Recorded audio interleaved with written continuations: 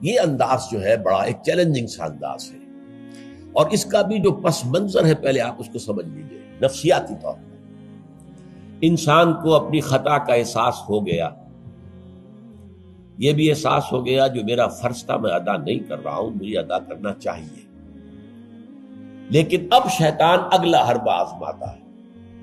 دیکھو ابھی فلاں کام پڑا ہے، ابھی فلاں کام ہے، ابھی بیٹیوں کے ہاتھ گیلے کرنے ہیں، ابھی یہ کرنا ہے، ابھی بچے تمہارے چھوٹے ہیں، ابھی تمہارے بیٹوں کی تعلیم کا مرحلہ ہے، میاں ہو جانا ٹھیک، بعد میں سارے تقاضے مطالبے پورے کر لینا، پہلے یہ ذمہ داریاں تو پوری کرو۔ یہ حقوق العباد ہے بھائی، حقوق اللہ سے بڑھ کر ہے، یہ حقوق العباد ہے، اس کے لیے لگے رہو، پوری اپنی توانائیاں قوتیں صرف کرو، مال بناؤ، پیسہ کماؤ، تاکہ یہ ساری ذمہ داریاں ادا ہوتے رہنا۔ بعد میں ٹھیک ہے ذرا فراغت حاصل ہو جا، پھر تم سب اپنے آپ کو، اپنی پوری توانائیوں کو، اپنے پورے وقت کو اللہ کے لیے لگا دینا۔ یہ ہے تاخیر اور تعویق، اس کا حربہ شیطان کا، یہ سب سے بڑا۔ کر لیں گے بھائی، کر لیں گے، کوئی نہیں، ابھی ذرا جلدی نہیں، ابھی فلاں کام ہے، فلاں فرائض ہے، فلاں ذمہ داریاں ہیں، ذرا ان سے نمٹ لوں، پر اگر میں ریٹائر ہو جاؤں سروس سے تو پھر میں سارا اپنے آپ کو لگا دوں گا۔ وہ ریٹائرمنٹ کرتے ہیں اس وقت جب آپ کے اندر رہتا ہی کچھ نہیں، اگر آپ کے اندر کچھ رہ جائے تو وہ چھوڑیں گے آپ کو، وہ ساری توانائیاں تو گئی، اب تو آپ کھوکھلا ایک ڈھانچہ لیے پھر رہے ہیں، آپ کے اندر صلاحیت اور قوت کہاں ہے اب؟ لہذا یہ سارے دھوکے شیطان کے ہیں۔ اس میں ایک چیلنجنگ انداز میں علم یعنی وقت آیا نہیں ہے ابھی اہل ایمان کے لیے، کس چیز کا انتظار کر رہا ہے؟ جو جیسے ہی خیال ہو جائے کہ واقعی یہ فرض ہے، فوراً لبیک کہو۔ تم نے اگر کسی بھی پہلو سے تاخیر اور تعویق کا راستہ اختیار کیا تو یہ شیطان کے پھندے میں گرفتار ہونے کا وہ راستہ ہے اصل میں۔ وہ شیطان پھر چھوڑے گا نہیں، پھر وہ اسے آپ کو اپنے فتراک کا نخچیر بنا لے گا، اپنے تھیلے میں شکار کی حیثیت سے، جیسے کہ آپ تیتر بار کے تھیلے میں ڈال لیتے ہیں شکار کر کے، اس کے فتراک کے نخچیر بن کر رہ جاؤ گے، پھر آگے نکل نہیں سکو گے۔ یہ تاخیر اور تعویق جو ہے، یہی ہوا تھا غزوہ تبوک میں۔ حضرت کعب ابن مالک رضی اللہ تعالیٰ عنہ نے، وہ بھی ان 3 صحابہ میں سے تھے جو سچے صادق الایمان صحابہ تھے، لیکن غزوہ تبوک میں نہیں گئے۔ حضور نے واپس آ کے جو لوگ نہیں گئے تھے ان سے جواب طلبی کی، لہذا منافقین تو آئے، اللہ کی قسم ہے، خدا کی قسم ہے یا رسول اللہ، میں اللہ کو گواہ کر کے کہتا ہوں یہ تھا یہ تھا یہ تھا، یہ سبب تھا، میں نہیں جا سکتا۔ حضور فرماتے تھے مسکراتے، اچھا جائیے تشریف لے جائیں، کوئی پکڑ نہیں۔ یہ آئے جب کعب ابن مالک تو حضور کے چہرے پر مسکراہٹ تھی، تنزیہ مسکراہٹ۔ آپ فرمائیے آپ کیوں نہیں گئے، کیوں نہیں گئے تھے ہمارے ساتھ؟ عرض کیا حضور میرے پاس بھی زبان ہے، میں بھی جھوٹ بول سکتا ہوں، لیکن آج میں جھوٹ بول کر آپ کی گرفت سے، آپ کی سرزنش سے اپنے آپ کو بچا لوں گا، لیکن قیامت میں کیا کروں؟ خدا کی قسم جتنا صحت مند میں اس زمانے میں تھا اتنا صحت مند کبھی نہیں رہا، یعنی کوئی بیماری مجھے آج نہیں لاحق ہوئی تھی، اور جتنا فارغ البال میں اس زمانے میں تھا، ہر چیز میرے پاس تھی، اتنا فارغ البال میں کبھی نہیں رہا۔ لیکن حضور میرے نفس نے مجھے پٹی پڑھائی کہ حضور تو جائیں گے نا 30,000 کا لشکر لے کر، تو اس کی تو ایک خاص رفتار ہوتی ہے، تیز رفتاری سے تو نہیں جا سکتا، اور تمہارے پاس ہے بڑی مضبوط تکڑی اونٹنی ہے، تمہاری جو ناقہ ہے تمہاری وہ تو بہت جو ہے قوت والی ہے، لہذا ابھی 2-3 دن چلنے دو لشکر کو، پھر تیزی کے ساتھ دوڑا کر اپنی اونٹنی کو جا کے مل جانا۔ ہر روز صبح مجھے یہی نفس جو ہے پٹی پڑھاتا رہا کہ اچانک ایک دن میں نے محسوس کیا کہ اب تو چاہے میں کتنا ہی تیز دوڑ لوں آپ کے ساتھ نہیں مل سکتا، بس میں رہ گیا بیٹھ، اب جو صدا دوں۔ یہ ہے تاخیر و تعویق۔ انہیں سزا دی گئی مقاطعہ، کوئی شخص اس سے بات نہ کرے۔ 3 صحابہ کا معاملہ ہے، یہ سورہ توبہ کے اندر تفصیل سے آیا ہے، اور صحیح بخاری کی طویل ترین احادیث میں سے پڑھنے کے قابل ہے کہ انہوں نے کیسے بیان کیا اپنے پورے معاملے کو۔ یہ نفس کیسے دھوکہ دیتا ہے. ابھی چند دن اور مدینے کے اندر اپنے نخلستان کی ٹھنڈی چھاؤں کے اندر آرام کر لو، چند دن اور. بھائی جانا ہے، بہت دور جانا ہے، تبوک جانا ہے، کوئی یہ 2 دن میں تو نہیں پہنچ جائیں گے حضور.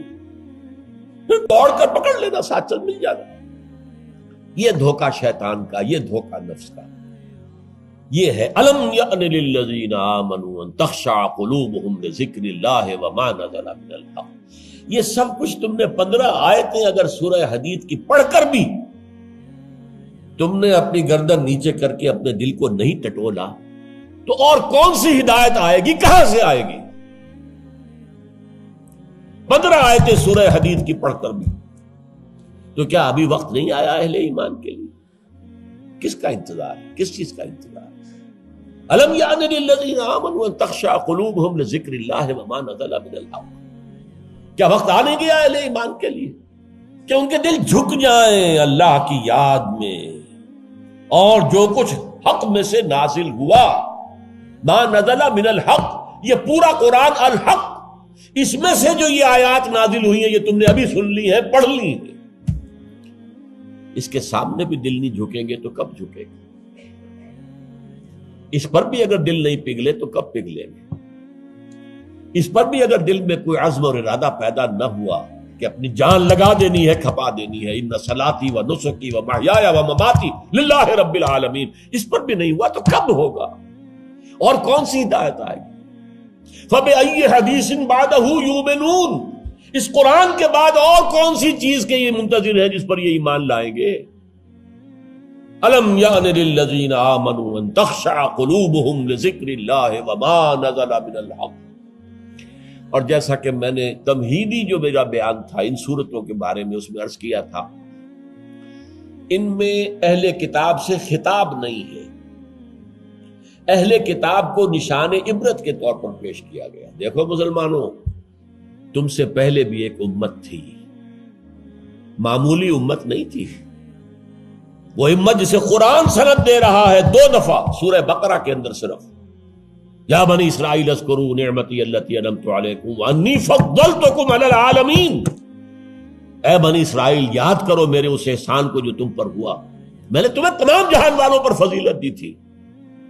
وہ قوم، وہ امت، امت موسیٰ، اس امت کو کتنی کتابیں دی گئی؟ تورات انہیں دی گئی، زبور انہیں دی گئی، انجیل انہیں دی گئی. امت تو ایک ہی ہے. یہ حضرت مریم اسرائیلی نہیں تھی کیا؟ تو چاہے باپ حضرت عیسیٰ کا کوئی نہیں ہے لیکن وہ حضرت مریم کے بیٹے ہیں، اسرائیلی. یہ اسرائیلی نبوت ہے جو چلی آ رہی ہے. حضرت موسیٰ اور ہارون سے شروع ہوئی ہے 1400 برس قبل، اور حضرت عیسیٰ اور یحییٰ پر آ کر ختم ہوئی ہے. یہ سلسلہ نبوت کا سینکڑوں نبی آ گئے 1400 برس میں. تو آپ اندازہ کیجئے اتنی بڑی امت، لیکن اس کا حال کیا ہوا؟ وَلَا يَكُونُوا، دیکھو نہ ہو جائیں یہ اہل ایمان بھی كَالَّذِينَ أُوتُوا الْكِتَابَ مِن قَبْلُ، ان لوگوں کے مانند جن کو کہ کتاب دی گئی تھی ان سے پہلے. فَطَالَ عَلَيْهِمُ الْأَمَدُ، تو جب ان پر ایک طویل مدت گزر گئی، فَقَسَتْ قُلُوبُهُمْ، تو ان کے دل سخت ہو گئے. اس کا نقشہ کھینچا گیا ہے سورہ بقرہ میں. ثم قست قلوبکم فہی کالحجارۃ او اشد قسوہ.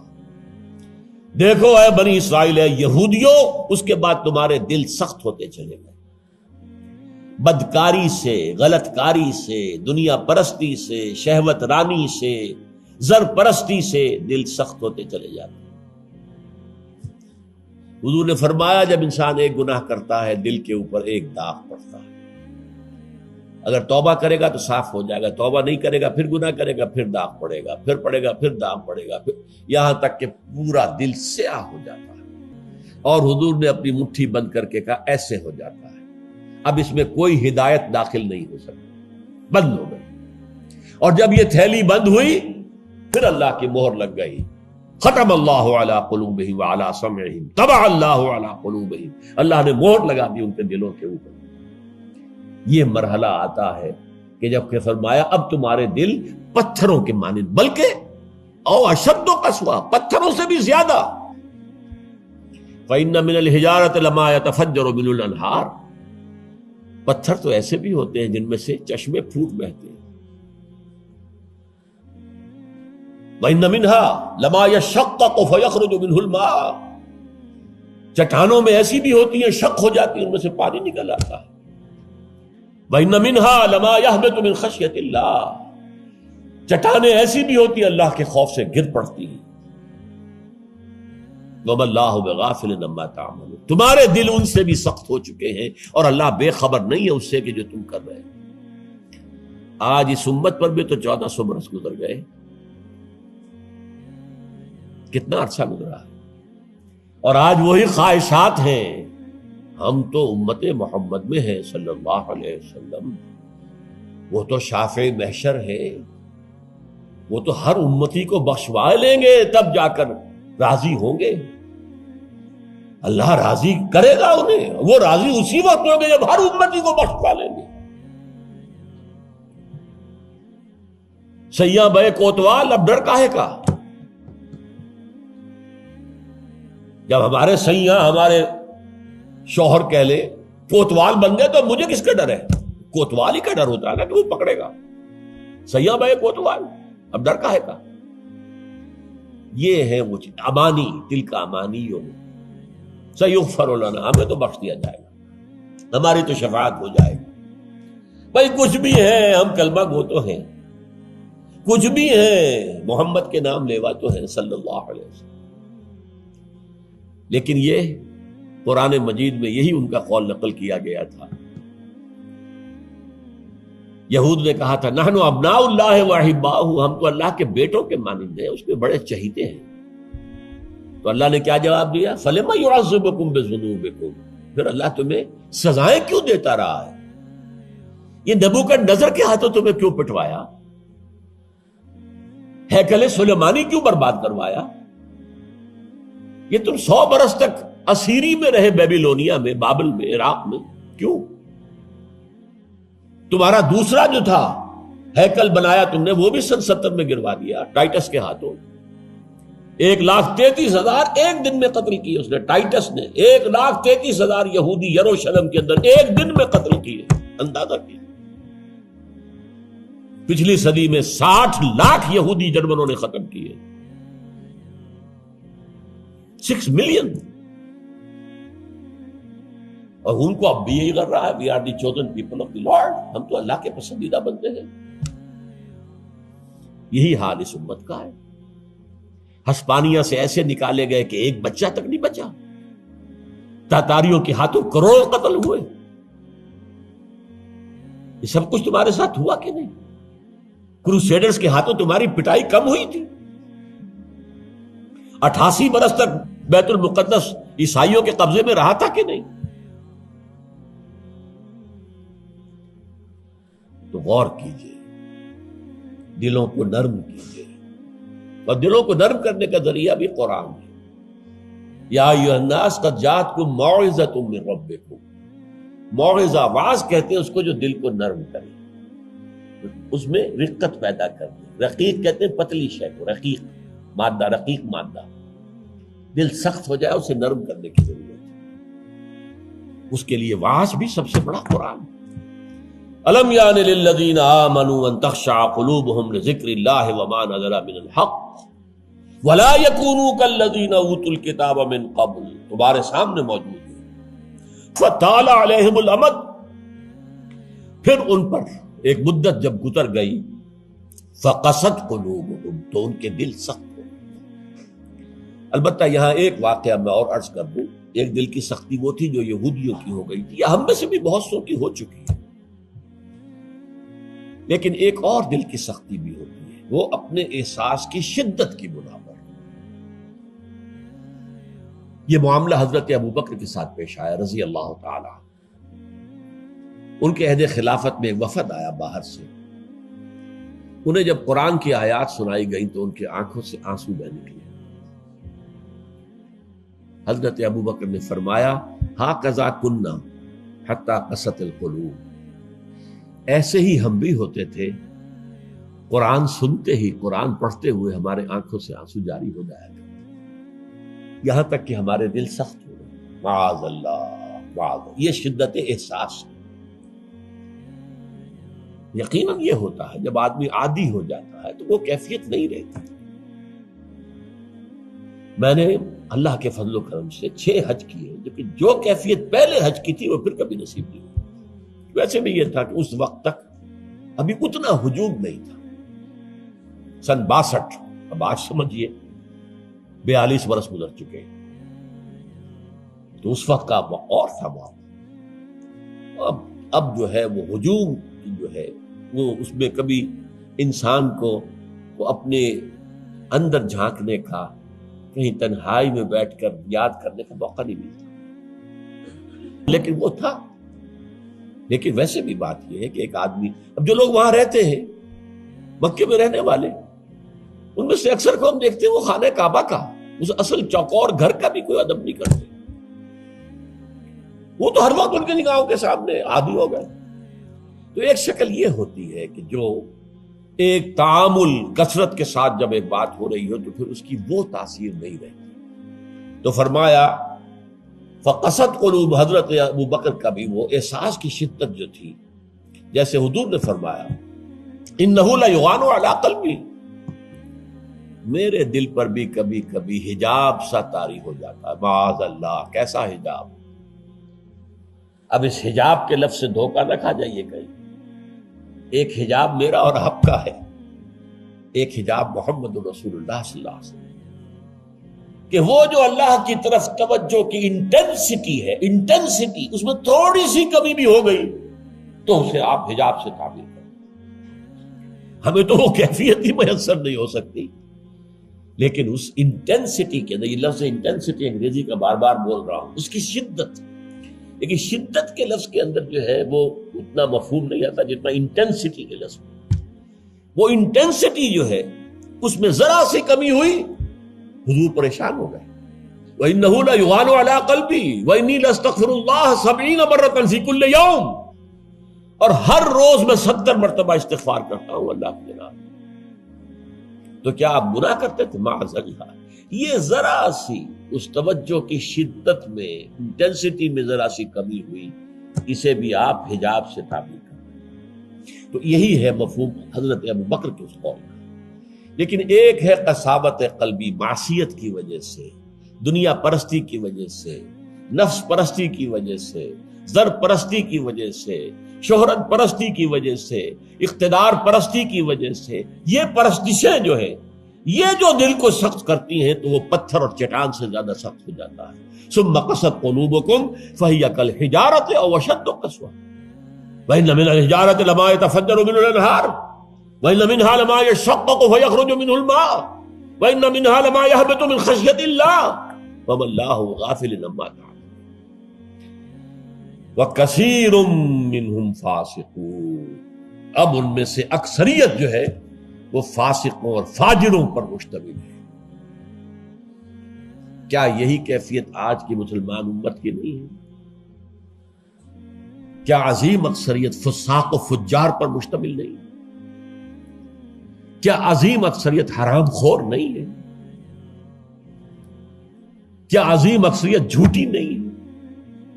نفاق کی تینوں علامتیں، اذا حدث کذب وَإِذَا وَعَدَ أَخْلَفَ وَإِذَا اؤْتُمِنَ خَانَ۔ حضور نے فرمایا منافق کی 3 نشانیاں ہیں، جب بولے جھوٹ بولے، وعدہ کرے خلاف ورزی کرے، امین بنایا جائے، امانت رکھوائی جائے، خیانت کرے۔ یہ الفاظ ہیں بخاری شریف کے بھی اور مسلم شریف کے بھی، اور مسلم شریف میں اضافی الفاظ ہیں وَلَوْ صَامَ وَصَلَّى وَزَعَمَ أَنَّهُ مُسْلِمٌ۔ خواہ ایسا شخص روزہ رکھتا ہو، نماز پڑھتا ہو، اپنے آپ کو مسلمان سمجھتا ہو لیکن منافق ہے۔ یہی جو میں نے شروع میں آج بات کہی تھی، ایک نفاق ہے شعوری، ایک غیر شعوری۔ وہ منافق سمجھتے تھے ہم عقل مند ہیں، یہ بے وقوف ہے۔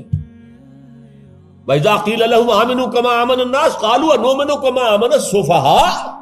جب ان سے کہا جاتا بھلے لوگوں، جیسے اور لوگ ایمان لائے ویسے ایمان لاؤ، جیسے وہ اللہ کی پکار پر لبیک کہنے کو ہر وقت تیار رہتے ہیں، کہتے ہیں ہم ان بے وقوفوں کی طرح ایمان لائیں، یہ تو پاگل ہیں، بے وقوف ہیں، فینیٹکس ہیں۔ فنڈامنٹلسٹ ہے، ایکسٹریمسٹ ہے. ہم تو ماڈریٹ اور بڑا روشن خیال اسلام جو ہے اس کے قائل ہیں. جب ان سے کہتا تھا فساد مت مچاؤ، کہتے تھے ہم تو مسلح ہیں بھائی، ہم تو چاہتے ہیں صلح. یہ محمد ہے صلی اللہ علیہ وسلم جنہوں نے اب یہ جنگ کا بازار گرم کر دیا. کیا ضرورت تھی؟ مکے میں 13 برس تبلیغ کرتے رہے، کوئی ہاتھ نہیں اٹھایا، یہی پروسیس جاری رہتا. خامخواہ یہ جنگ کا سلسلہ شروع کر دیا. کیا فائدہ؟ یہ بھی کہا جا سکتا ہے جس دشمن کو گڑ دے کر مارا جا سکتا ہے اسے زہر کا ہے تو دینا ہے. بھائی تمہاری تعلیم اتنی اعلیٰ ہے، اتنی عمدہ ہے، فطرت کے مطابق ہے، پھیلاؤ. لیکن محمد کی سنت کچھ اور ہے، اسوہ محمدی کچھ اور ہے صلی اللہ علیہ وسلم. اس کے لیے منہج انقلاب نبوی میری کتاب کا مطالعہ کیا، تب پتہ چلے گا انقلاب کسے کہتے ہیں. اور یہ رسول انقلاب تھے صلی اللہ علیہ وسلم. بہرحال کثیر منہم فاسقون، جو بات کہی گئی ان اہل کتاب کے لیے اس وقت، آج وہ ہم پر راست آ رہی ہے. اللہ تعالی ہمیں اس سے نکلنے، توبہ کرنے، اللہ کی جناب میں سر جھکانے، اللہ کی کتاب کے سامنے سر جھکانے کی اللہ تعالی ہمیں توفیق عطا فرمائے.